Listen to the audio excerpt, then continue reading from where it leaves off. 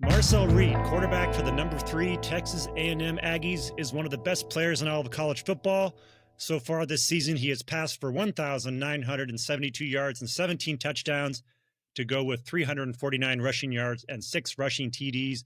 He can hurt you with his arm or with his feet, and he joins us now on the Heisman Trophy Podcast. Welcome, Marcel. Thank you for having me. So with the big 49-25 win last Saturday over LSU, your Aggies moved to 8-0 for the first time since 1992. That was before the internet became a thing. Explain to our listeners the sensation of being part of a team, doing things that no Aggie team has done in over 3 decades. Yeah, it feels amazing. Just with the group of guys that come out and work as hard as we do every day, it's no surprise to us that we are where we are right now. And, there's still a lot in front of us that we have to continue to build on. But yeah, so far it's been a good experience to be a part of a team like this with great coaches like this. And, the locker room's always happy, and we're just trying to build on it. You pulled away from LSU in the second half last Saturday after being down 18-14. Just a dominating second half. What was the discussion in the locker room at halftime? And what were you telling yourself as you prepared to come out for that third quarter? The discussion was just that we knew that we were the better team and that it wasn't going to be an easy fight.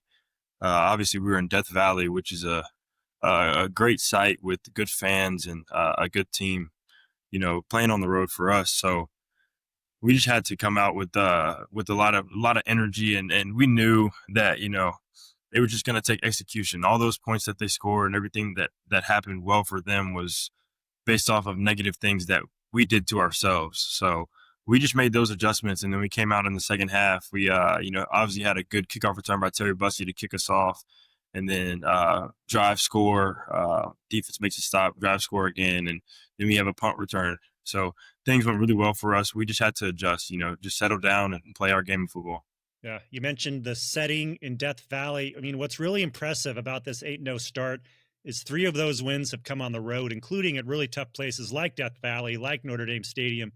You got to bye this weekend, but then it's off for your 3rd straight road trip to play Missouri. Your average offensive output, you yourself, is stronger on the road than at home this year, and that's not how it's supposed to be. So why do you think that is? I love playing on the road.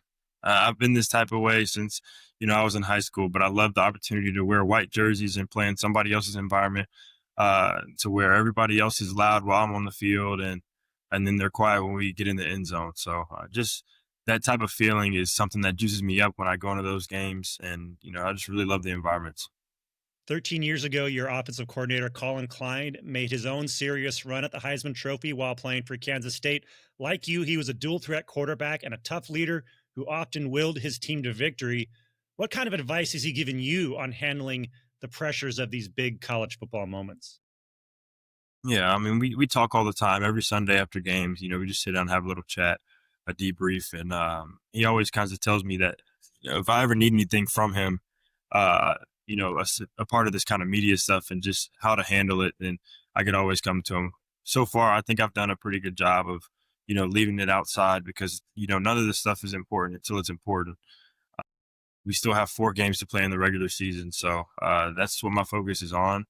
But yeah, obviously he's been in this position, and he's just doing a really good job right now of being a coach and making sure that I'm in the best opportunity and position to go out there on Saturdays and win football games.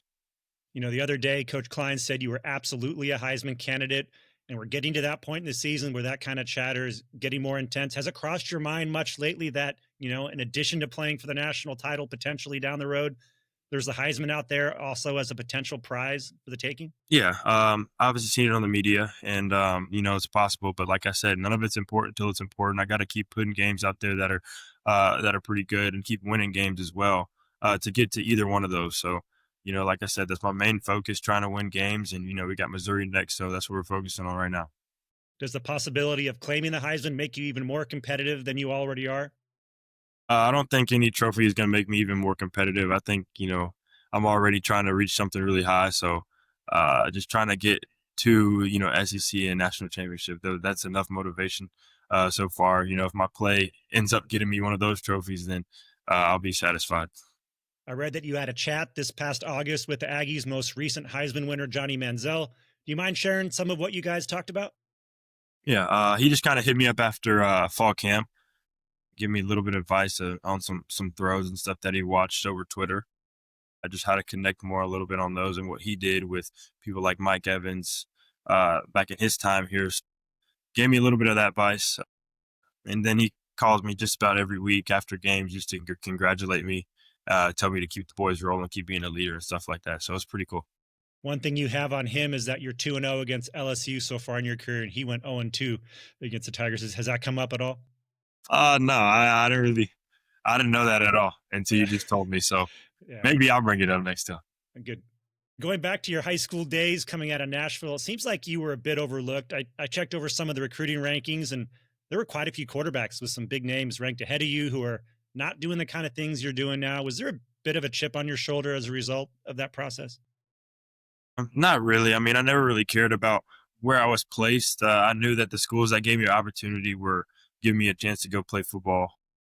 So, I took, that one opportunity that I had. I had multiple, but I took an opportunity here at Texas A&M, and it seemed to work out pretty well for me. So, really happy just that I was able to get recruited, and I was high enough to be recruited by some SEC schools to where I could be in this position now.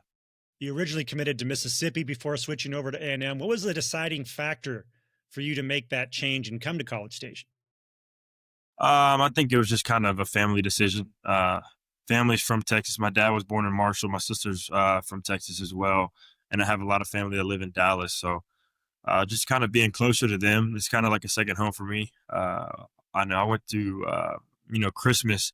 I did Christmas in Texas all my life, aside from when I had to play basketball tournaments from high school. But up until then, I did Christmas in Texas all my life. So, like I said, this is just a second home for me. I felt comfortable here with the staff and, how they welcome me. And then just the class of 23 recruiting class that we had here is, I think, something special. You see a lot of people like Torian York, Ruben Owens, and Dalton Brooks that were, all in that class. And we kind of just bonded that first visit we all had together. And I think just about 90% of the people that were on that visit committed here. So we've been brothers since. It must have been super helpful having a dad who was a head coach in college football. What kind of advice did he give you about playing college football? Yeah, he kind of gave me more of advice on the, defensive side of things. Knowing I'm a quarterback, he gave me some help with identifying coverages and how to read things and how to be able to go into meetings as a recruit and draw up on the board. So, he's done a lot. He's turned a little bit more into a dad now that we've gotten into the thick of college a little bit. But I remember when we were in high school, he wasn't coaching anymore. He used to be the only parent in the stands watching practice. And so, he's definitely done a lot for me. He kind of is just one of those people that helps me keep my head on straight and keeps me humble and lets me know that, like, there's still a lot of room for improvement and that I need to grind every day to get to where I want to be.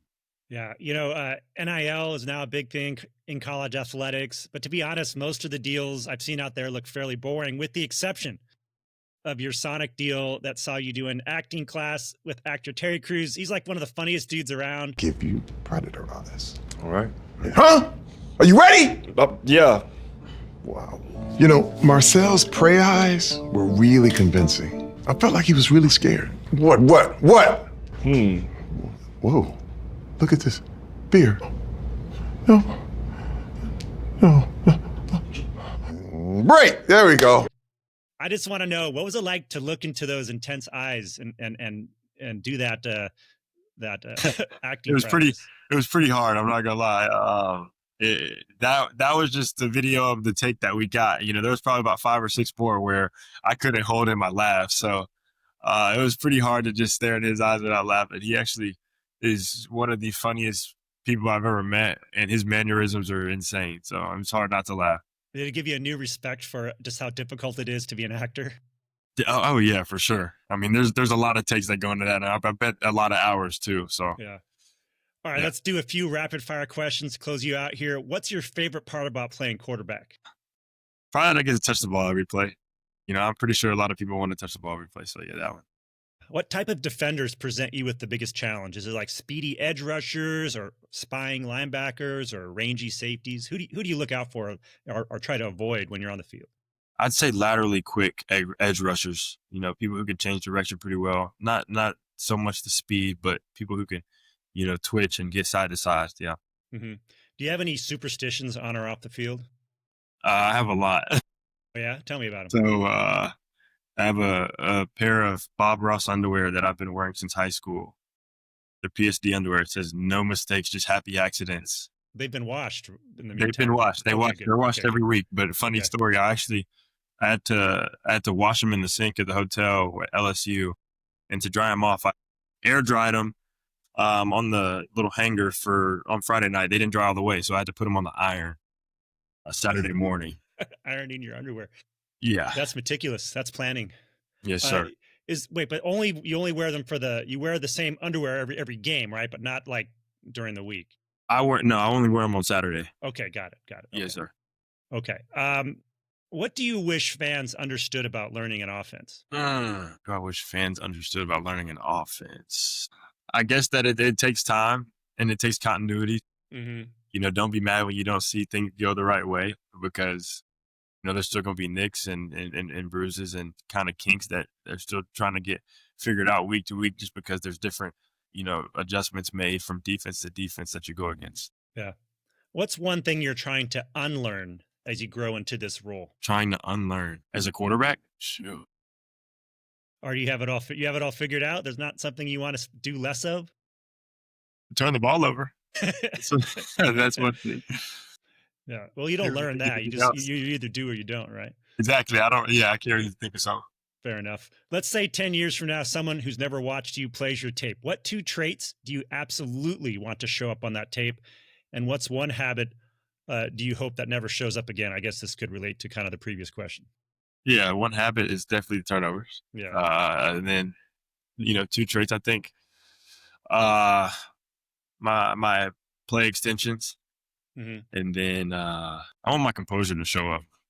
Right. I want them to see my composure. I think I'm pretty composed. You've won some big games on the road, close ones too. What's a talent you have that few people know about? I know how to juggle. No way. I know how to juggle. You're the second quarterback that I've talked to on the show who said juggling, and the other one was Jaden Mayava of USC, who you played against in the bowl game. We should have a juggling contest. How many balls can you juggle? I could juggle 3. I can probably do 4. I can't do 4 like continuous like this. I can go like 1, 2 in each hand. But got it. Yeah. Jaden said Jaden can do 4. So shoot, that's that California stuff. I don't know. All right. Finally, do you have any messages that you want to send to Aggies fans out there? 12th man, we love you. We appreciate your support. Keep showing out. Well, Marcel Reed, quarterback for the Texas A&M Aggies, thanks for coming on the Heisman Trophy Podcast. Good luck against Mizzou a couple Saturdays from now, and best of luck to your team the rest of the year. Appreciate it. Thank you.